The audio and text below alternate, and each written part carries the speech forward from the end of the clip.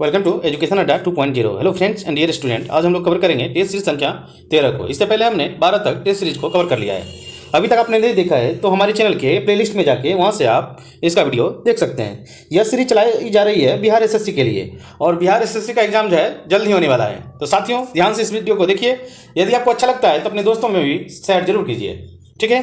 चलिए आज का सेशन शुरू करते हैं। आज का पहला प्रश्न है, शिक्षा सुधारों के लिए लॉर्ड रिपन द्वारा हंटर आयोग की नियुक्ति किस वर्ष की गई थी? बताइए। तो देखिए, शिक्षा सुधारों के लिए लॉर्ड रिपन द्वारा हंटर आयोग की नियुक्ति जो हुई थी 1882 में हुई। ध्यान रखिएगा, कब हुई? 1882 में। देखिए, देश का प्रथम शिक्षा आयोग जो है ना, भारतीय शिक्षा आयोग, जिसे हंटर आयोग भी कहा जाता है, इसको भी ध्यान रखिएगा। चलिए आगे बढ़ते हैं। पहला प्रश्न है, ओली निम्नलिखित में से किस खेल प्रतियोगिता का आधिकारिक शुभंकर है? बताइए। तो ये हो जाएगा हॉकी विश्व कप 2023 का जो है शुभंकर है ओली। किसका है? हॉकी विश्व कप 2023 का शुभंकर ओली। ध्यान रखिएगा, एग्जाम के लिए बेहद इंपॉर्टेंट है। चलिए अगला देखिए, हाल ही में कौन सा नृत्य यूनेस्को की अमृत सांस्कृतिक विरासत 2023 की सूची में शामिल हुआ है? वह हुआ गरबा। कौन है? गरबा। देखिए, गरबा की बात करें ना, गरबा और डांडिया ये गुजरात राज्य से संबंधित जो है नृत्य है। इसको भी ध्यान रखिएगा, जिसको हाल ही में जो है यूनेस्को की अमृत सांस्कृतिक विरासत 2023 की सूची में शामिल किया गया है। अगला देखिए, मंगोलिया देश निम्नलिखित में से किस महाद्वीप में स्थित है? आपको बता दें, मंगोलिया देश जो है अपने ही देश एशिया में स्थित है। कहाँ स्थित है? एशिया में। और मंगोलिया की राजधानी की बात करें, इसकी राजधानी है उलान बटोर। क्या है मंगोलिया की राजधानी? उलान बटोर। कौन सा है? उलान बटोर। ध्यान रखिएगा, कोई पूछे कि मंगोलिया की राजधानी कहाँ है तो आप बताइएगा उलान बटोर, और एग्जाम में पूछ लेता है, ठीक है। अगला देखिए, अगला है, श्यामा प्रसाद मुखर्जी बंदरगाह इनमें से किस स्थान पर है? आपको बता दें, श्यामा प्रसाद मुखर्जी, यानी मुखर्जी मतलब बंगाली लोग, कोलकाता से संबंध रखते हैं ना। मुखर्जी टाइटल है बंगाल का, तो इसे ध्यान रखिएगा, कोलकाता से संबंधित है, ठीक है। यह बंदरगाह जो है कोलकाता में है। अगला देखिए, डैश सीमा विश्व की 5वीं सबसे बड़ी सीमा है? तो विश्व की 5वीं बड़ी सीमा जो है भारत और बांग्लादेश की है। किसका है? भारत और बांग्लादेश की। बता दें, ये सीमा जो है 4096 किलोमीटर लंबा है। कितना है? किलोमीटर यह लंबा सीमा है भारत और बांग्लादेश का, और विश्व का जो है 5वीं सबसे बड़ी सीमा है। विश्व की सबसे लंबी सीमा रेखा की बात करें, वो कनाडा है, ठीक है। अगला देखिए, वन्य जैव विविधता संस्थान IFB कहाँ स्थित है? IFB जो है हैदराबाद में स्थित है। कहाँ है? हैदराबाद में। विकल्प सी हमारा सही हो जाएगा। अगला देखिए, निम्नलिखित में से कौन सा प्रक्षेपास्त्र स्थल से वायु वाला प्रक्षेपास्त्र है? वायु वाला प्रक्षेपास्त्र जो है आकाश है। क्या है? आकाश। देखिए, भारत के पहले AI संचालित एंटी ड्रोन सिस्टम को क्या नाम दिया गया है? तो एंटी ड्रोन सिस्टम का नाम दिया गया है इंद्रजाल। क्या नाम दिया गया है? इंद्रजाल। ध्यान रखिएगा, एंटी ड्रोन सिस्टम का नाम है इंद्रजाल, ठीक है जी। अगला देखिए, विश्व में खाद की गुणवत्ता, वहन तथा उपलब्धता में वृद्धि को प्रोत्साहित करने के लिए निम्नलिखित में से किस एक के द्वारा खाद्य पुरस्कार की स्थापना की गई है? बात करें, खाद्य पुरस्कार की स्थापना किया गया है प्रोफेसर नॉर्मन बोरलॉग के द्वारा। किसके द्वारा? Professor Norman Borlaug. देखिए, किस देश ने चंद्रमा की सतह पर सॉफ्ट लैंडिंग हेतु चंद्रमा लैंडर, उसका नाम है सलीम, SLIM, सलीम लॉन्च किया है? बताइए। सलीम लॉन्च किया है जापान ने, ठीक है। देखिए, एशियाई खेलों में क्रिकेट की पहली बार किस वर्ष में शामिल किया गया है? एशियाई खेलों में क्रिकेट को पहली बार किस वर्ष शामिल किया गया है? अच्छा क्वेश्चन भी है, ध्यान रखिएगा। देखिए, एशियाई खेल में जो है क्रिकेट को पहली बार शामिल किया गया है 2008 में। विकल्प भी हमारा सही हो जाएगा। चलिए आगे बढ़ते हैं। चलिए अगला प्रश्न देखिए, निम्नलिखित कथनों में से कौन सा कथन सत्य नहीं है? आपको बताना है, जो सत्य कथन नहीं है उसको चूज करना है। तो बात करें ऑपरेशन गंगा की बात करें, यह जो है रूस और यूक्रेन में जो युद्ध हुआ था, तो भारत सरकार ने यूक्रेन से भारतीय नागरिक को निकालने के लिए ऑपरेशन गंगा की शुरुआत की थी। लेकिन यहां दिया है ऑपरेशन गंगा इराक, यही संबंधित नहीं है, यही हमारा कथन सत्य नहीं होगा, ठीक है साथियों। ऑपरेशन कावेरी चला गया था सूडान के लिए, ऑपरेशन राहत यमन, और ऑपरेशन देवी शक्ति अफगानिस्तान, ठीक है, याद रखिएगा। अगला देखिए, भारतीय संविधान में द्विसदन सदन प्रणाली की विशेषता डैश के संविधान से ली गई है? आपको बता दें, द्विसदन सदन प्रणाली की विशेषता जो है ब्रिटेन से लिए हैं। कहां से लिए हैं? ब्रिटेन से। तो विकल्प डी हमारा सही हो जाएगा। अगला देखिए, आर्य समाज और स्वामी दयानंद सरस्वती के संबंध में निम्नलिखित में से कौन सा कथन सही नहीं है? पहला कथन दिया है, स्वामी दयानंद सरस्वती का मूल नाम मूलशंकर तिवारी है। तो आपको बता दें, यह सही है कि स्वामी दयानंद सरस्वती का मूल नाम था मूलशंकर तिवारी। यह कथन सही लग रहा है, सही है भी, लग नहीं रहा है। दूसरा कथन कह रहा है, स्वामी दयानंद सरस्वती गुजरात के मूल निवासी थे, ठीक है।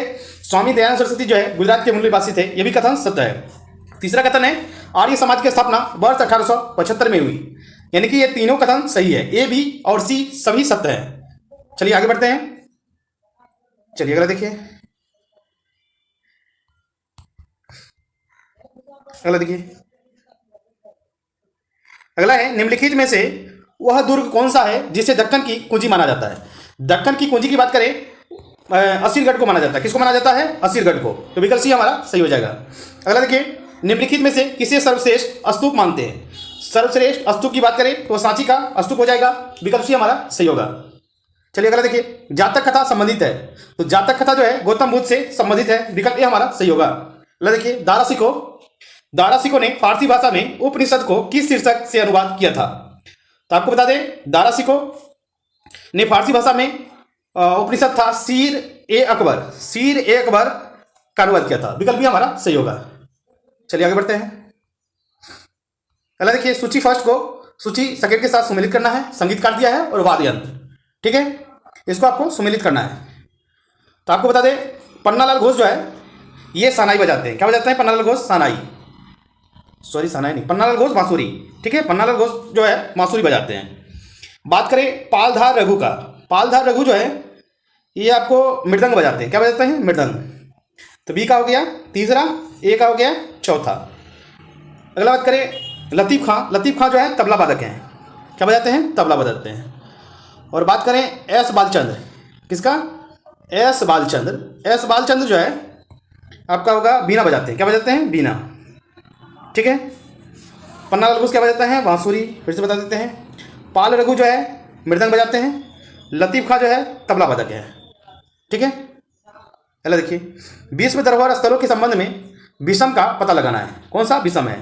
इसमें दिया है राष्ट्रपति भवन, ठीक है, यही विषम है। ताजमहल, सूर्य मंदिर और छत्रपति शिवाजी, है ना, ये जो है विश्व धरोहर के स्थल हैं, लेकिन राष्ट्रपति भवन जो है विश्व धरोहर स्थलों में नहीं आते हैं, ठीक है।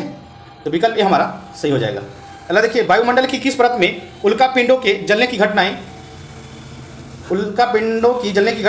हो सकती है। बात करें उल्कापिंड के जलने की घटना जो है मध्यमंडल में होता है। कौन सा मंडल में? मध्यमंडल में।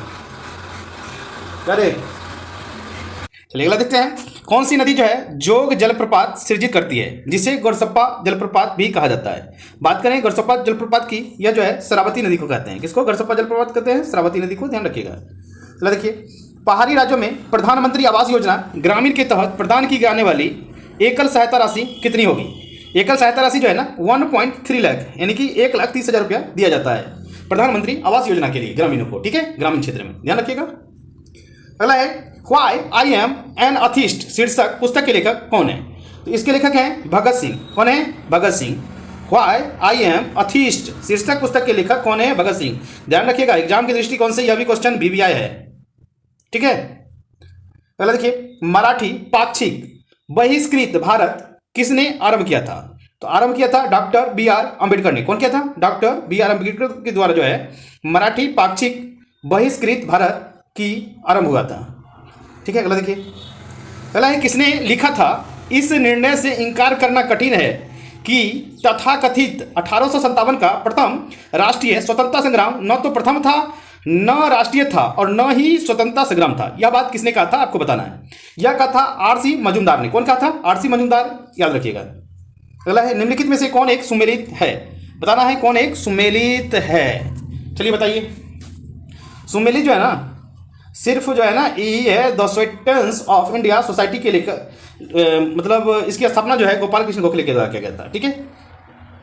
भारतीय ब्रह्मस्थ समाज, ठीक है, तत्बोधनी समाज, यही जो है सुमेलित है। तत्बोधनी समाज केशव चंद्र और सत्यशोधक जो है रविंद्रनाथ टैगोर, ये सब जो है गलत है, ठीक है। तो देखिए, व्यापार के लिए भारत आने वाले यूरोपीय लोगों में प्रथम कौन थे। तो आप सभी जानते हैं सबसे पहले कौन आया था? पुर्तगाली। कब आया था जी? 1498 में, है ना, आसान प्रश्न है। चलिए अगला देखिए। अगला है उत्पादन की दृष्टि से भारत की प्रमुख खाद्य फसल क्या है। तो प्रमुख खाद्य फसल की बात करें ना तो ये चावल है ना। उत्पादन की दृष्टि से भारत की प्रमुख खाद्य फसल चावल है, ध्यान रखिएगा। अगला देखिए साथियों, आपको यह बता दें कि इस जो है सीरीज में सिर्फ हम GK और GS प्रश्न को ही कवर कर रहे हैं। रह गई मैथ और रीजनिंग के प्रश्न उसको आपको सेपरेट वीडियो बना के डाल देंगे। चलिए अगला देखते हैं। अगला है 1919 के अधिनियम की प्रस्तावना में निम्न बातें थी। कौन सी बातें थी आपको बताना है। देखिए, प्रशासन में भारतीयों का संपर्क बढ़ाया जाए, यह जो है 1919 के अधिनियम की प्रस्तावना में ये बात थी। दूसरा था स्वशासन की संस्थाओं का विकास किया जाएगा, ये भी था। यानी कि आंसर हमारा हो जाएगा ए और बी दोनों सही है। चलिए देखिए, 17 वासान करना राष्ट्रपति की किस शक्ति से संबंधित है। आपको बता दें यह जो है विधायी शक्ति से संबंधित है। अगर देखिए, निम्न में कौन अभिलेख न्यायालय है। अभिलेख न्यायालय की बात करें तो यह जो है आपका जो है सर्वोच्च न्यायालय और उच्च न्यायालय, ये दोनों जो है अभिलेख न्यायालय के अंतर्गत आते हैं। तो विकल्प डी हमारा सही हो जाएगा। अगर देखिए, भारत और चीन के बीच भारत चीन युद्ध कब शुरू हुआ था। आसान प्रश्न भी है और आप जानते हैं तो कमेंट बॉक्स में जरूर बताइए। तो इसकी शुरुआत हुआ था अक्टूबर 1962 में। विकल्प डी हमारा सही हो जाएगा। अगला देखिए, कारगिल युद्ध के दौरान भारत के प्रधानमंत्री कौन थे। अच्छा प्रश्न भी है, ठीक है। देखिए, जब कारगिल युद्ध हुआ था उस समय भारत के प्रधानमंत्री थे अटल बिहारी वाजपेयी। कौन थे? अटल बिहारी वाजपेयी। अगला देखिए, ईरानी की मुद्रा क्या है। ईरान की मुद्रा जो है ना रियाल है। क्या है? रियाल है। अगला देखिए, विश्व के कितने देशों की मुद्रा को मुद्रा चिन्ह संबंधी रूप दिया गया है। मुद्रा चिन्ह संबंधित रूप जो है 5 को दिया गया। किसको दिया? कितने देश को? 5 देशों को, ध्यान रखिएगा। अगला देखिए, अगला है निम्नलिखित में से कौन सुमेलित नहीं है। जो सुमेलित नहीं है उसको आपको बताना है। शास्त्रीय भाषा दिया है और मान्यता का प्राप्त हुआ है, यह बताना है आपको। देखिए, संस्कृत दिया है 2004 में, ठीक है। संस्कृत दिया है 2004, कन्नड़ दिया है 2008, मलयालम 2013, ओडिया 2014। बताइए, बात करें ना संस्कृत को शास्त्रीय जो है भाषा के रूप में मान्यता 2004 दिया है, यही जो है सुमेलित नहीं है। इसको जो है 2005 में मान्यता मिला था। कब मिला था? 2005 में संस्कृत को शास्त्रीय भाषा के रूप में मान्यता मिला था। कन्नड़ को 2008 में, यह सही है। मलयालम 2013 में और उड़िया 2014 में मान्यता प्राप्त हुआ था। संस्कृत को 2005 में हुआ था। पहले देखिए, निम्नलिखित कार्यों में से कौन सा कार्य स्थानीय स्वशासन से संबंधित नहीं है। स्थानीय स्वशासन से संबंधित नहीं है लोक व्यवस्था का अनुरक्षण। तो विकल्प डी हमारा सही हो जाएगा। अगला देखिए, अगला है भारत में मुगल साम्राज्य से संबंधित निम्नलिखित कथनों में से कौन से सही कथन है। सही कथन की बात करें, सही कथन कौन है आपको बताना है। उसकी अगर बात करें ना, देखिए, पहला है पानीपत के द्वितीय युद्ध के साथ अकबर के शासन और उसके क्षेत्रीय विस्तार की भी शुरुआत हुई, यह सही कथन है। हल्दी घाटी का युद्ध अकबर के शासन के दौरान जून 1576 में लड़ा गया और यह एक ऐतिहासिक युद्ध था, यह भी कथन सही है। तो मेरा आंसर हो जाएगा ए और बी दोनों। चलिए अगला देखिए, भारत के संविधान के अनुच्छेद 243 ख के अधीन कौन 180 संस्था की स्थापना की गई थी। यह क्या गया था? पंचायत। 243 ख के अधीन जो है पंचायत संस्था की स्थापना हुई थी। अगला देखिए, प्लानिंग एंड द पुअर पुस्तक के लेखक कौन है। प्लानिंग एंड द पुअर पुस्तक के लेखक हैं बी.एस. मिन्हास। कौन है? बी.एस. मिन्हास। अगला देखिए, अटल पेंशन योजना के संबंध में निम्नलिखित कथनों में से कौन सा सही है। बताइए कौन सा कथन सही है। बात करें तो देखिए, अटल पेंशन के बारे में बात किया जा रहा है। यह एक न्यूनतम गारंटी युक्त पेंशन योजना है जो मुख्य रूप से असंगठित क्षेत्रों के मजदूरों को लक्ष्य बनाती है। और यह तीसरा कथन सही है। अभिदाता की मृत्यु के बाद जीवन साथी को आजीवन पेंशन की समान राशि इसमें गारंटी रहती है। यही जो है अटल पेंशन योजना के संबंध में यही दोनों कथन सही है, फर्स्ट और थर्ड, ठीक है। चलो देखिए, आधार कार्ड से मतदाता पहचान पत्र जोड़ने के लिए कौन सा फॉर्म न का उपयोग किया जाता है। कौन सा फॉर्म नंबर का उपयोग किया जाता है, ठीक है। कौन सा फॉर्म का उपयोग किया जाता है अगर आप आधार कार्ड से मतदाता पहचान पत्र जोड़ना चाहते हैं। तो बताइए, ये जो है ना फॉर्म 6B का उपयोग किया जाता है। किसका? 6B का उपयोग करेंगे। अरे देखिए, राष्ट्रीय जलमार्ग 2 इनमें से किन 2 स्थानों को जोड़ता है। राष्ट्रीय जलमार्ग 2 जो है सदिया और धुबरी को जोड़ता है। किसको जोड़ता है? सदिया और धुबरी को। राष्ट्रीय जलमार्ग 2, ध्यान रखिएगा। आगे बढ़ते हैं।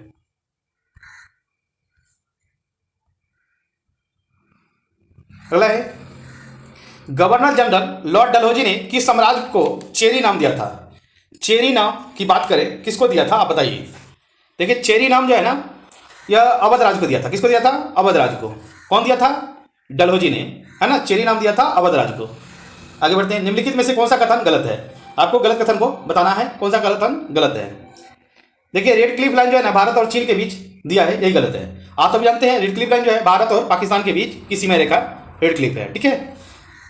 यही गलत है और बाद बाकी सही है। जम्मू और कश्मीर में केसर की खेती की जाती है, यह सही है, ठीक है। वी कुरियन भारत में श्वेत क्रांति के जनक थे, ये भी सही है। मध्य प्रदेश भारत का सर्वाधिक तंबाकू उत्पादक राज्य है, ये भी सही है। ठीक है, यही गलत था। रेड क्लिफ लाइन जो है भारत चीन दिया था, चीन की जगह हो जाता पाकिस्तान, है ना, नल्ला पाकिस्तान, तो सही होता है। ठीक है साथियों, चलिए आगे बढ़ते हैं। अगला है, निम्नलिखित में से किस राज्य की भू सीमा जो है नेपाल से जुड़ी नहीं है? बताइए, 4 राज्य दिया है, उसमें से किसका जो है नेपाल से भू सीमा नहीं लगता है? बताइए, कमेंट भी कीजिए। देखिए, झारखंड की भू सीमा जो है ना नेपाल से नहीं लगती है। पश्चिम बंगाल, उत्तराखंड और बिहार का लगता है, लेकिन झारखंड का नहीं लगता है। ठीक है, और भारत और नेपाल के बीच जो है ना 1751 किलोमीटर की सीमा है। कितना है ये भी ध्यान रखिएगा, 1751 किलोमीटर की सीमा है। और नेपाल से क्वेश्चन पूछ लेता है सुगोली वाला, ध्यान रखिएगा, हर एग्जाम में लगभग पूछा ही जाता है कि सुगोली की संधि कब हुआ। ठीक है, 1816 में हुआ था। चलो देखिए, आवृत्ति के आधार पर भारत में मुख्यतः भूकंप संभावित क्षेत्र स्थित है। आवृत्ति के आधार पर भूकंप जो है संभावित क्षेत्र की बात करें, वह है हिमालय और कच्छ के क्षेत्र में। कौन सा? हिमालय और कच्छ के क्षेत्र में। चलो देखिए, पटना उच्च न्यायालय की स्थापना कब हुआ? तो पटना उच्च न्यायालय की स्थापना 1916 में हुआ। कब हुआ? 1916 में। चलो देखिए, 25 डिग्री सेल्सियस के भिन्न माध्यम में ध्वनि की चाल के बारे में निम्नलिखित में से कौन से कथन सही या गलत है? बताइए। देखिए, दो बात कर किया जाए ना, पहला कथन कर रहा है ऑक्सीजन गैस में ध्वनि की चाल 316 मीटर पर सेकंड होती है। सही बात है, ऑक्सीजन गैस में ध्वनि की चाल जो है 316 मीटर पर सेकंड होता है, याद रखिएगा। दूसरा कह रहा है आंसू जल में ध्वनि की चाल जो है 1498 मीटर पर सेकंड होता है, यानी कि ये भी सही है और ये भी सही है। तो हमारा आंसर हो जाएगा सी, यानी कि फर्स्ट और सेकंड दोनों सही है। आगे बढ़ते हैं। कोलाइडी विलयन में टिंडल प्रभाव होता है। कोलाइडी विलयन में टिंडल प्रभाव होता है किसमें? बताइए। प्रकाश के प्रकीर्णन के कारण ही जो है ना टिंडल प्रभाव होता है। किसके कारण होता है? प्रकाश के प्रकीर्णन के कारण कोलाइडी विलयन में टिंडल प्रभाव देखने को मिलता है। अरे देखिए, गोल कृमि में इनमें से कौन सा तंत्र मौजूद नहीं होता है? गोल कृमि में जो है ना श्वसन तंत्र मौजूद नहीं होता है। कौन सा तंत्र मौजूद नहीं होता है? श्वसन तंत्र, ध्यान रखिएगा। ठीक है, चलिए आगे बढ़ते हैं। अगला है सूची फर्स्ट को दिए गए बिंदुओं को सूची सेकंड में दिए गए बिंदुओं से सुमेलित आपको करना है। उपकरण दिया है और उसका उपयोग दिया है। ठीक है, बात करें सेक्सटेंट। सेक्सटेंट किससे संबंधित है? बताइए। सेक्सटेंट का काम है दो दृश्यमान वस्तुओं के बीच के कोण मापने की यंत्र को हम लोग सेक्सटेंट कहते हैं। ठीक है, सेक्सटेंट का काम होता है दो दृश्यमान वस्तुओं के बीच के कोण मापने में इसका प्रयोग करते हैं, सेक्सटेंट का। ठीक है, तो फर्स्ट का हो जाएगा ए, फर्स्ट का हो जाएगा ए। अगला देखिए, दिया है ओडोमीटर। और ओडोमीटर की बात करें, ओडोमीटर से हम लोग वर्षा की मात्रा मापते हैं। क्या मापते हैं? वर्षा की मात्रा। तो दूसरा का हो जाएगा डी नंबर। ठीक है, थर्मोपाइल। बात करें थर्मोपाइल जो है ना, किसी सतह का तापमान मापने में इसका उपयोग किया जाता है, किसी सतह के तापमान को मापने में। तो तीसरा का हो जाएगा सी नंबर, पायरोमीटर का काम है विकसित ऊष्मा की अल्प मात्रा को मापता है पायरोमीटर। विकसित ऊष्मा की अल्प मात्रा को मापता है पायरोमीटर। ठीक है, तो चौथा का हो जाएगा बी नंबर। देख लीजिए, यह जो है विकल्प किसमें दिया है? ए में ही है ना, ए में। ए का पहला हो गया, दूसरा का डी, ठीक है, तीसरा का सी और चौथा का बी। चलिए आगे बढ़ते हैं। अगला है डैश इकाई सीपीयू का वह भाग है जो प्रोसेसर के संचालन को नियंत्रित तथा निर्देशित करता है। तो यह करता है नियंत्रण। विकल्प डी हमारा सही होगा। अगला देखिए, द्रव्यमान के आधार पर अमोनिया में नाइट्रोजन और हाइड्रोजन का अनुपात कितना है? बताइए। अमोनिया में नाइट्रोजन और हाइड्रोजन का अनुपात बताना है। तो आपको बता दें अमोनिया का रासायनिक सूत्र क्या होता है। देखिए, अमोनिया का रासायनिक सूत्र की बात करें तो NH3 होता है। क्या होता है? NH3 होता है। देखिए, इसका अगर हम नाइट्रोजन का द्रव्यमान निकाल लें और हाइड्रोजन का, तो सबसे पहले हम नाइट्रोजन का निकाल लेते हैं। ठीक है, उसके बाद हम निकालेंगे हाइड्रोजन का द्रव्यमान। देखिए, नाइट्रोजन का द्रव्यमान हो जाएगा कितना? 7 गुना 14 हो जाएगा, और हाइड्रोजन का हो जाएगा 3 हाइड्रोजन है तो 3 गुना 1। देखिए, इसका अनुपात निकालना है, ये हो गया 14:3। 14:3 कहाँ है? देखिए, विकल्प बी में है, ये हमारा सही आंसर होगा। चलो देखिए, व्यावसायिक तौर पर अमोनिया बनाई जाती है। व्यावसायिक तौर पर अमोनिया बनाई जाती है हेबर विधि से। कौन सी विधि से? हेबर विधि से, ध्यान रखिएगा। चलो देखिए, चित्र फर्स्ट में किसी प्रकाश की किरण माध्यम ए से माध्यम बी में गमन करते दर्शाया गया है। माध्यम ए के सापेक्ष माध्यम बी का अपवर्तनांक आपको निकालना है। ठीक है, इसका अपवर्तनांक आपको निकालना है। तो आप जानते हैं अपवर्तनांक बराबर क्या होता है? आपतन कोण दिया है, आई बराबर कितना हो जाएगा? आई बराबर दिया है 60 डिग्री, आई बराबर 60 डिग्री, ठीक है, आई बराबर 60 डिग्री दिया है।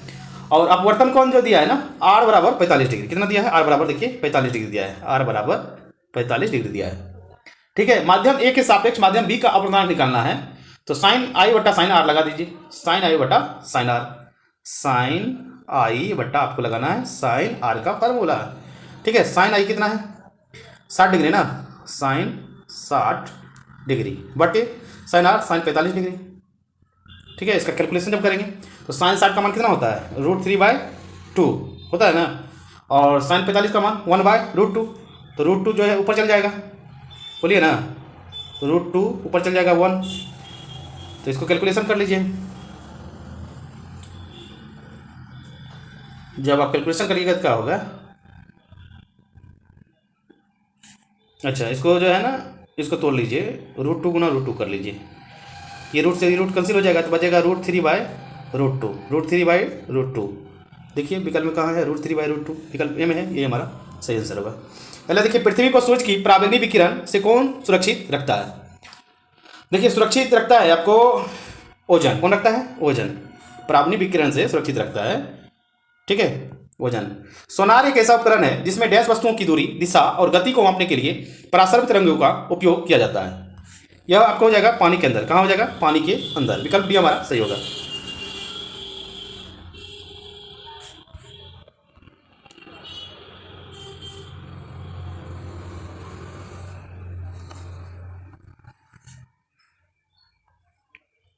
अगला देखिए, अगला है, यदि एक अनुवांशिक रोग लक्षण प्ररूपी सामान्य किंतु वाहक मादा से कुछ नर संततियों से स्थानांतरित होता है, ये रोग है, कौन सा रोग है बताइए, तो यह रोग होगा लिंग संलग्न अप्रभावी, विकल्प डी हमारा सही हो जाएगा। अगला देखिए, इनमें से कौन सी निष्क्रिय गैस जो है रेडियोधर्मी प्रकृति की है, रेडियोधर्मी प्रकृति की जो है रेडॉन होता है, कौन होगा, रेडॉन। अगला देखिए, एंटीबायोटिक्स के बारे में इनमें से कौन से कथन सही नहीं है, बताइए। तो एंटीबायोटिक्स के बारे में दिया है, एंटीबायोटिक्स दुष्प्रभावों में चेचक, फाइलेरिया और डिप्थीरिया शामिल हो सकते हैं, यही जो है सो कथन सही नहीं है, बाद बाकी कथन सही है। अगला देखिए, कार्ल लिनियस को किस रूप में जाना जाता है, कार्ल लिनियस को जो है ना फादर ऑफ टैक्सोनॉमी कहते हैं, क्या कहते हैं, फादर ऑफ टैक्सोनॉमी, किसको कहते हैं, कार्ल लिनियस को। अगला देखिए, अणुओं की गतिज ऊर्जा का बढ़ता हुआ क्रम क्या है, अणुओं की गतिज ऊर्जा का बढ़ता हुआ क्रम होगा ठोस, द्रव और गैस। अगला देखिए, घरेलू विद्युत उपकरणों में प्रयुक्त सुरक्षा फ्यूज तार उस धातु से बनी होती है जिसका क्या होगा, जिसका गलना कम होगा, ठीक है। निम्नलिखित में से किस अम्ल को एकत्रित होने से मांसपेशियों में थकान होती है, मांसपेशियों में थकान अगर होता है समझिए लैक्टिक अम्ल जो है जमा गया है, ठीक है। अगला देखिए, निम्नलिखित में से कौन सा ऊतक जड़ों से जल तक खनिज पदार्थों का परिसंचरण करता है, तो वह करता है जाइलम, कौन करता है, जाइलम। जाइलम का ही काम है जल तथा खनिज पदार्थों का परिसंचरण करना जो है जड़ से, ठीक है। दम्मा मानव शरीर के डैश का विकार है, दम्मा जो है मानव शरीर के श्वसन तंत्र का विकार है, किसका होगा, श्वसन तंत्र का। अगला देखिए, निम्नलिखित में से कौन सा वर्ग जो है आहार श्रृंखला का संगठक नहीं होता है, आहार श्रृंखला का संगठक नहीं होगा, भेड़िया, घास, सांप और बाघ, ठीक है। और देखिए, और दूसरा भी होगा पलवक, मानव, मछली, ठीक है, ये भी जो है आहार श्रृंखला का संगठक नहीं होगा, विकल्प सी हमारा सही हो जाएगा। अगला देखिए, निम्नलिखित में से कौन सा प्रकाश के अपवर्तन का उदाहरण नहीं है, प्रकाश के अपवर्तन का उदाहरण नहीं है, अस्त होती हुई सूर्य का रंग का लाल होना यह अपवर्तन का उदाहरण नहीं है, इंद्रधनुष का निर्माण, तारों का टिकटना माना जो है, मानव आंख द्वारा छवि का निर्माण, ये सब जो है प्रकाश के अपवर्तन का उदाहरण है, लेकिन अस्त होते हुए सूर्य का रंग लाल होना यह उदाहरण नहीं है। देखिए, अस्त होते सूर्य का रंग लाल होना जो है ना प्रकाश के अपवर्तन नहीं, ये जो हो जाएगा आपको पूर्ण आंतरिक परावर्तन का उदाहरण, ठीक है। चलो देखिए, इनमें से कौन सी गैस सोडा वाटर जिससे वातिक पेयों में विलय के रूप में शामिल होती है, यह होगा कार्बन डाइऑक्साइड, ठीक है। चलो देखिए, लाइकोपोडियम ट्रेकोफाइटा के किस उपसंघ का सदस्य है, उपसंघ की बात करें लाइकोपिस्डा का यह उपसंघ है, ठीक है। रक्त में हीमोग्लोबिन बनाने के लिए निम्न में से क्या आवश्यक है, देखिए हीमोग्लोबिन बनाना है तो आयरन उसके लिए जरूरी है, क्या है, आयरन। चलिए आगे देखते हैं, मॉनिटर की स्क्रीन पर दिखाई देने वाली पिक्सल को किस नाम से जाना जाता है, तो इसको जो है रेजुलेशन कहते हैं। क्या बोलते हैं? रेजुलेशन। मॉनिटर की स्क्रीन पर दिखाई देने वाली पिक्सल को हम लोग रेजोल्यूशन बोलते हैं। क्या बोलते हैं? रेजोल्यूशन। ठीक है, तो साथियों आज के लिए इतना ही। फिर जो है नेक्स्ट टेस्ट सीरीज जल्द ही अपलोड कर देंगे।